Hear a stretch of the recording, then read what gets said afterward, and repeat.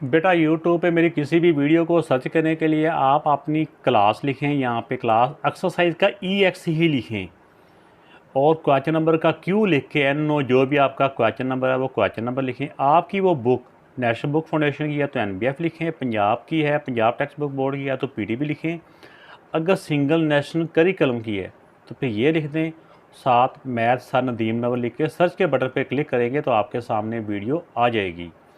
इसके अलावा बेटा फेसबुक पे भी हम मेरे पेज को लाइक करें। इसके अलावा किसी भी क्वेश्चन के बारे में कोई मज़ीद को पूछना चाह रहे हो या क्वेश्चन ना मिल रहा हो तो मेरा इंस्टाग्राम पे भी मैं मौजूद हूँ, वहाँ पे आप मुझे मैसेज करें, आपको उसकी गाइडलाइन आपको दी जाएगी। इसके अलावा अगर आपने चैनल को सब्सक्राइब नहीं किया तो सब्सक्राइब करके मेरी हौसला अफजाई करें। वीडियो अच्छी लगे तो लाइक का बटन ज़रूर प्रेस। बिस्मिल्लाहिर्रहमानिर्रहीम। बेटा आज की इस वीडियो में हम एक्सरसाइज 1 यूनिट नंबर 3 उसका क्वेश्चन नंबर 1 सॉल्व करने वाले हैं। ये क्वेश्चन नंबर 1 ये फ्रैक्शन का ही इसमें ऐड करना है, जिसको प्लस कहते हैं या उर्दू में जमा करना कहते हैं, ये करना है या माइनस करना है। ये जो क्वेश्चन 1 सारा प्लस का ही है और इसमें प्लस करने के लिए यानी जमा करने के लिए ऐड करने के लिए, ऐड का मतलब ये प्लस करना ही होता है, जमा करना होता है। इसमें ये होता है कि फ्रैक्शन को प्लस या माइनस करने के लिए हमेशा उनका एलसीएम किया जाता है। ऐसे डायरेक्ट नहीं कहा देना कि 2 + 1 3 और 4 + 2 6, ऐसा नहीं होता। फ्रैक्शन को प्लस करना हो या फ्रैक्शन को माइनस करना हो तो हमेशा उनका पहले एलसीएम मालूम किया जाता है। तो आइए इसके क्वेश्चन को सॉल्व करते हैं। तो बेटा देखें ये इसका ए पार्ट है, इसमें है 1/2 + 2/4। तो अब देखें इनका जो एलसीएम होता है ना वो हमेशा नीचे वाली वैल्यू का होता है। जो आपको नज़र आ रही है ना एलसीएम हमेशा नीचे वाली वैल्यू का फाइंड किया जाता है, इन्हीं का मालूम किया जाता है। ये 2 और 4 है, ये 2 और 4 देखें इनको हम ऐसे नंबर से डिवाइड करेंगे कि जो सेम टेबल से डिवाइड हो रहे हों। 2 × 1 = 2, 2 × 2 = 4। अब 2 ये अगर दोनों नंबर सेम टेबल से डिवाइड ना हो रहे तो हम वहाँ पे स्टॉप भी कर सकते हैं। अब इसका एलसीएम क्या हो जाएगा,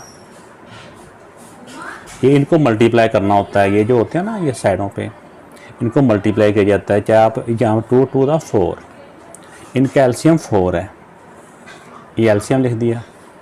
अब अगला स्टेप देखें, अब इस नीचे वाले नंबर्स को किससे मल्टीप्लाई करें कि एलसीएम के बराबर हो जाए। इसको 2 से मल्टीप्लाई करेंगे, 2 को 2 से मल्टीप्लाई करेंगे तो 4 हो जाएगा ना एलसीएम। एलसीएम की इक्वल हमने करना होता है। अब इसको अगर नीचे वाली वैल्यू को जिस नंबर से मल्टीप्लाई करना है ऊपर वाले को भी उसी से ही मल्टीप्लाई करना है। इन नंबरों को थोड़ा सा छोटा करके लिखना होता है या कच्ची पेंसिल से आप लिख सकते हैं।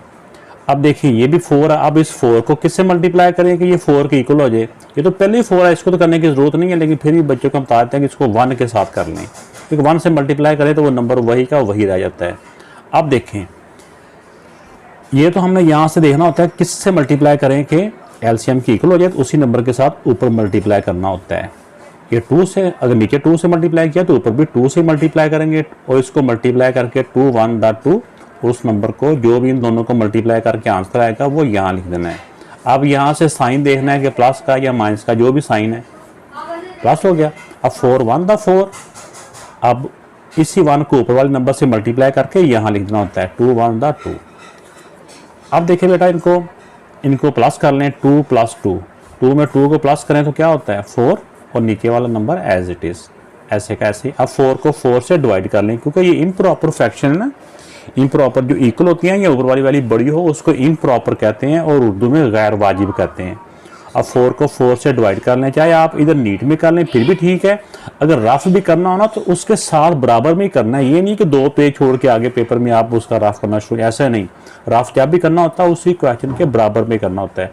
4 को 4 से डिवाइड करें तो 1 आंसर आ जाता है। तो ये बेटा इसका आंसर आ गया। तो अब बेटा बी पार्ट में देखें कि ये इस तरह से ये वैल्यू दी हुई है, इनको कहते हैं मिक्स फ्रैक्शन भी कहते हैं, कंपाउंड फ्रैक्शन भी कहते हैं इंग्लिश में, और उर्दू में मखलूत कसर कहते हैं। तो इसको जो मर्जी कहते हो। तो इनमें बेटा जो मिक्स फ्रैक्शन होती हैं सबसे पहले इनों को हमने इम्प्रॉपर फ्रैक्शन में कन्वर्ट कर लेना है। इसका तरीका क्या होता है, इन दोनों को मल्टीप्लाई करना होता है, जो आंसर आएगा उसमें ऊपर वाला नंबर प्लस कर लेना होता है। ठीक है, आप देखिए कर लें इसको। इसमें भी ऐसे ही है, ये दोनों मल्टीप्लाई होंगे और ये प्लस हो जाएगा। ये साइन लगाने की ज़रूरत नहीं है, ये सिर्फ आपको समझाने के लिए कर रहे हैं। 3 5 द 15, 15 में 2 प्लस किए तो 17, 17/3। नीचे वाला नंबर वैसे का वैसे रहता है, इसलिए तो इसको डिनोमिनेटर कहते हैं ना। डिनोमिनेटर होता है जो डटा रहता है, ये कायम रहता है अपनी जगह पे, ये नहीं चेंज होता, इसलिए इसका नाम ही डिनोमिनेटर है। तो अब देखें ये 7 2 द 14, 14 में 5 प्लस किए तो 21, 21/4, ये 21 19। तो ये बेटा आप देखें, इनको ये मल्टीप्लाई किया और इसमें 5 प्लस किया तो ये 19 हो गया, 19/7। अब इनको हमने, क्योंकि ये अब इनकी जो फ्रैक्शन है हमने इनको प्लस करना है, तो प्लस करने से पहले हमने इन दोनों का जो डिनोमिनेटर होते हैं, जो नीचे वाली वैल्यू होते हैं, इन दोनों का हमने एलसीएम निकालना है। एलसीएम किया 3 और 7, 3 और 7 दोनों सेम टेबल से डिवाइड नहीं हो रहे, ऐसे है ना। अगर वो नंबर सेम टेबल से डिवाइड ना हो रहे हों तो हम इसका ऐसे भी इनको मल्टीप्लाई कर दें तो वो भी हमारा एलसीएम ही होता है, 7 3 द 21। तो अगर डिवाइड करना भी हो तो कि जैसे एक दफ़ा 3 को कर लो और एक दफ़ा 7 को कर लो, तो फिर भी आंसर वही आता है। लेकिन जब ये वाला क्वेश्चन कर रहे हो तो फिर इस तरह से अगर हम शॉर्ट में हमें पता हो कि एलसीएम कैसे निकालते हैं, अगर दोनों सेम टेबल से डिवाइड ना हो रहे हो तो उनको डायरेक्ट ही मल्टीप्लाई कर दें तो वो एलसीएम ही होता है। तो इनका एलसीएम आ गया 21। अब देखें डिनोमिनेटर को किससे मल्टीप्लाई करें, 21 होता है 7 से, तो जिस नंबर से नीचे वाले नंबर को मल्टीप्लाई करना है उसी नंबर से ऊपर वाले को हमने मल्टीप्लाई करना है, और इनको इनसे मल्टीप्लाई करके हमने यहाँ पे लिखना होता है 7 7 द 49। आपको अगर ऐसे ज़बानी ना कर सके तो आप रफ में मल्टीप्लाई करके इनका आंसर निकाल लेना है। और 7 1 द 7 और 4 11 प्लस। अब देखें इधर आ जाएं, अब इस 7 को किससे मल्टीप्लाई करें कि एलसीएम की इक्वल हमारा आंसर आ जाए। 7 को 3 से मल्टीप्लाई करें तो हमारा एलसीएम की इक्वल आता है 3 से। जिस नंबर से नीचे वाले को मल्टीप्लाई करना है उसी नंबर को ऊपर वाले नंबर से भी मल्टीप्लाई करना है। ये नंबर सेम, जिस नंबर से इसको मल्टीप्लाई किया उसी से कैसा इसको। अब 19 को 3 से मल्टीप्लाई करें तो बेटा होता है 57। तो अब बेटा इन दोनों को हमने क्या करना है, प्लस। जो भी यहाँ पे साइन होता है वही साइन यहाँ पे होता है। अब इन दोनों को हम प्लस कर लेते हैं। तो अब बेटा इन दोनों को हम प्लस कर लेंगे, चाहे राफ में प्लस कर लें। इन दोनों को प्लस किया तो आंसर आ गया, ऊपर वालों को प्लस किया तो आ गया 176/21। अब देखिए ऊपर नंबर बड़ा है नीचे छोटा है, तो हम इसको डिवाइड करके एक मिक्स नंबर में जो है ना कंपाउंड फ्रैक्शन में इसका आंसर निकाल लेंगे। तो अब हमने 21 को ऐसे नंबर से मल्टीप्लाई करना है कि ये भी छोटा, नेक्स्ट वाला ये 176 के जो इससे ग्रेटर ना हो, इससे बड़ा ना हो। 21 को 8 से मल्टीप्लाई करने से 8 1 द 8 और 8 2 द 16। इनको बेटा माइनस किया तो इधर से जब बोरो लिया तो 16 में से 8 माइनस किया 8। अब इसका आंसर क्या आ गया, 8 होल 8/21, 8 होल 8/21। तो ये बेटा इसका आंसर आ गया। तो बेटा सी पार्ट है कि ये देखो 3 होल 4/5। तो पहले हम इनको राउंड ऑफ कर लेंगे, इनको हमें ऐसे करके इन दोनों को मल्टीप्लाई करना होता है और ऊपर वाला नंबर प्लस होना होता है। 5 3 द 15, 15 में 4 प्लस किए तो 19, 19/5 प्लस ये पहले ही फ्रैक्शन में ही है, ये 5/7। अब देखें फ्रैक्शन को जब भी प्लस या माइनस करना हो तो नीचे वाले नंबर्स का डिनोमिनेटर्स का एलसीएम, डिनोमिनेटर्स में क्या है, ये 5 और 7 है। ये रूल है, हमेशा ये बात याद रखिए कि एलसीएम नीचे वाली वैल्यू का ही किया जाता है। 5 और 7 है, 5 और 7 देखिए दोनों ही प्राइम नंबर हैं, दोनों ही सेम टेबल से डिवाइड नहीं हो रहे। अगर डिवाइड नहीं हो रहे तो हम इनको ऐसे डायरेक्टली मल्टीप्लाई कर दें तो यही एलसीएम होता है इसका, 7 5 द 35। तो चाहे आप इसको डिवाइड कर लें जिस तरह मैंने लास्ट क्वेश्चन में बताया था, इसका एलसीएम आ गया 35। अब देखें 5 को किससे मल्टीप्लाई करेंगे, 35 आता है। 5 को बेटा 7 से मल्टीप्लाई करने से 35 आता है। तो जिस नंबर से हमने नीचे वाले नंबर को मल्टीप्लाई किया ना 7 से, तो उसी 7 को हमने ऊपर वाले नंबर से भी मल्टीप्लाई कर देना है। तो इनको 19 को 7 से मल्टीप्लाई करो, अगर टेबल याद है तो भी ठीक है, अगर नहीं याद तो कोई बात नहीं है, आपने इधर साइड पे इसको मल्टीप्लाई कर लेना है। 19 को ऊपर आके 7 से नीचे, तो ये होता है 133। अब यहाँ प्लस का साइन है, प्लस का साइन आ गया। अब देखें अब इस नीचे वाली वैल्यू को किससे मल्टीप्लाई करेंगे, 35 आता है।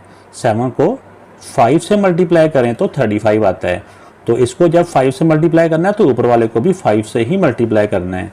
तो अब इसको इन दोनों को मल्टीप्लाई करके यहाँ लिख देंगे 5 5 द 25।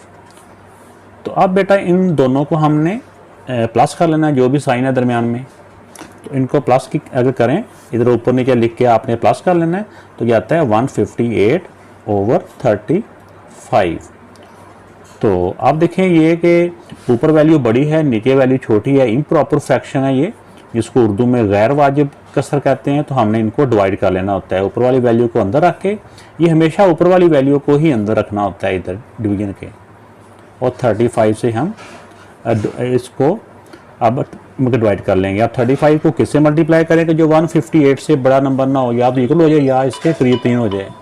तो बेटा आप 35 को मुख्तलिफ नंबर से मल्टीप्लाई करते जाएंगे तो आपको अंदाज़ा हो जाएगा कि 35 को अगर 4 से हम मल्टीप्लाई करते हैं ना, 35 को 4 से, तो ये आ जाता है 140।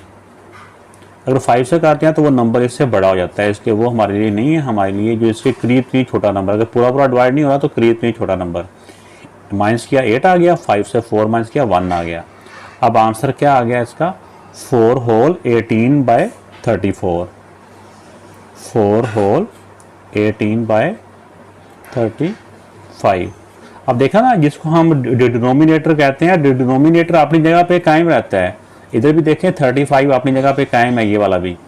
तो जो डिनोमिनेटर होता है, डिनोमिनेटर का मतलब ये होता है कि डटा रहना, कायम रहना, ठीक है ना। जो जगह होता है ना अपनी जगह पे कायम रहता है, शरीफ बंदा भाग जाता है, तो ये अपनी जगह पे डटा रहता है। तो चाहे हमें जिसको जिस फॉर्म में भी लिखा है, ये 35 अपनी जगह पे कायम है। तो ये बेटा इसका आंसर आ गया। तो बेटा ये डी पार्ट है, तो इसको ही पहले हम इसको इम्प्रॉपर फ्रैक्शन में कन्वर्ट कर लेंगे, इन दोनों को मल्टीप्लाई करेंगे और ये प्लस हो जाएगा। 10 4 द 40, 40 में 7 प्लस किया तो 47/10। तो ये पहले ही फ्रैक्शन में है, मिक्स फ्रैक्शन में नहीं है, तो एज इट इज़। अब 10 और 8 हमेशा नीचे वाले का एलसीएम फाइंड करना होता है ना हमने, तो 10 और 8 का हमने एलसीएम निकाल लेना है। देखिए 10 और 8 दोनों 2 के टेबल से डिवाइड हो रहे हैं, 2 5 द एंड 2 4 द। अब अगर आप यहाँ पे आके देखें, ये 5 और 4 दोनों सेम टेबल से डिवाइड नहीं हो रहे। अगर ये सेम टेबल से डिवाइड ना हो रहे हो तो ऐसे भी हम इनको मल्टीप्लाई कर दें सारों को, तो यही हमारा एलसीएम होता है, ठीक है। तो 2 5 द 10, 10 4 द 40, तो 40 ही एलसीएम आता है। लेकिन जिस तरह टीचर एलसीएम करना सिखाते हैं, और जब सिर्फ एलसीएम फाइंड करने का क्वेश्चन हो तो फिर इसको एंड तक 1 तक इसको डिवाइड करना होता है। जैसे देखें ये 4 है, इसको 2 से डिवाइड कर लें, 5 एज इट इज़ या 2 2 द, फिर ये 2 से हो रहा है, 5 एज इट इज़, 2 1 द 2 और 5 1 द 1 द। इन सारों को मल्टीप्लाई करो तो 40 ही आंसर आएगा। तो अब इनका बेटा जो एलसीएम आ गया वो 40 है। मैंने दूसरा मैथड भी, जब फ्रैक्शन के क्वेश्चन प्लस माइनस के करें तो उसमें हम यहाँ पे डायरेक्ट भी एलसीएम कर सकते हैं। तब देखिए इनका एलसीएम हो गया 40। अब 10 को किससे मल्टीप्लाई करें कि इस एलसीएम की इक्वल होगा, 10 को बेटा 4 से मल्टीप्लाई करें तो एलसीएम की इक्वल आंसर आता है, या 10 4 द 40। तो अगर 10 को जिसके साथ मल्टीप्लाई करना है उसी नंबर के साथ हमने ऊपर वाले नंबर को भी मल्टीप्लाई करना है। तो 47 को 4 से बेटा मल्टीप्लाई करें ना, इतना बड़ा टेबल नहीं बच्चों को याद होता, आपने इसको रफ में मल्टीप्लाई कर लेना इधर ही। तो 47 को 4 से मल्टीप्लाई करें तो 188 प्लस। अब देखिए बेटा 8 को किससे मल्टीप्लाई करें कि 40 आता है, 8 को 5 से मल्टीप्लाई करें तो 40 आता है, 8 5 द 40। तो इस ऊपर वाले नंबर को भी उसी नंबर से मल्टीप्लाई करना है जिस नंबर से नीचे मल्टीप्लाई किया है। अब 6 5 द 30। तो अब हमने इन दोनों को 188 को और 30 को प्लस कर लेना है, तो हमारे पास आंसर आ जाएगा। आपने इधर रफ में ऊपर नीचे लिख के प्लस कर लेना होता है, तो हो जाएगा 218/40। अब ये इम्प्रॉपर फ्रैक्शन है, 218 को ऊपर रख के 40 से हम डिवाइड कर लेंगे। तो आप देखिए बेटा 40 को किस नंबर से मल्टीप्लाई करें कि जो कि 218 के करीब 3 आ जाए।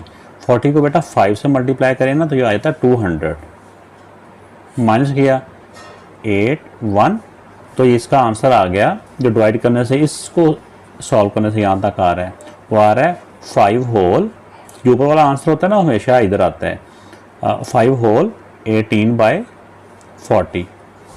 तो वैसे तो आंसर आ चुका है, लेकिन यहाँ पे जब हम थोड़ा सा सीख जाते हैं ना, हमें पता होना चाहिए कि ये जो फ्रैक्शन आ रही है ना ऊपर नीचे, अगर ये सेम टेबल से कट हो रहे हैं तो हमने इनको सेम टेबल से मज़ीद कैंसिल कर लेना है, कट कर लेना है।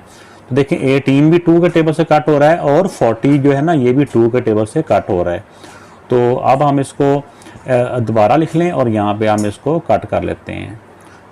2 के टेबल से 2 9 दा और 2 दा 2 0 दा, तो ये आ जाता है, ये क्या बन गया 5 होल 9/20। तो ये मेरा बेटा इसका आंसर आ गया।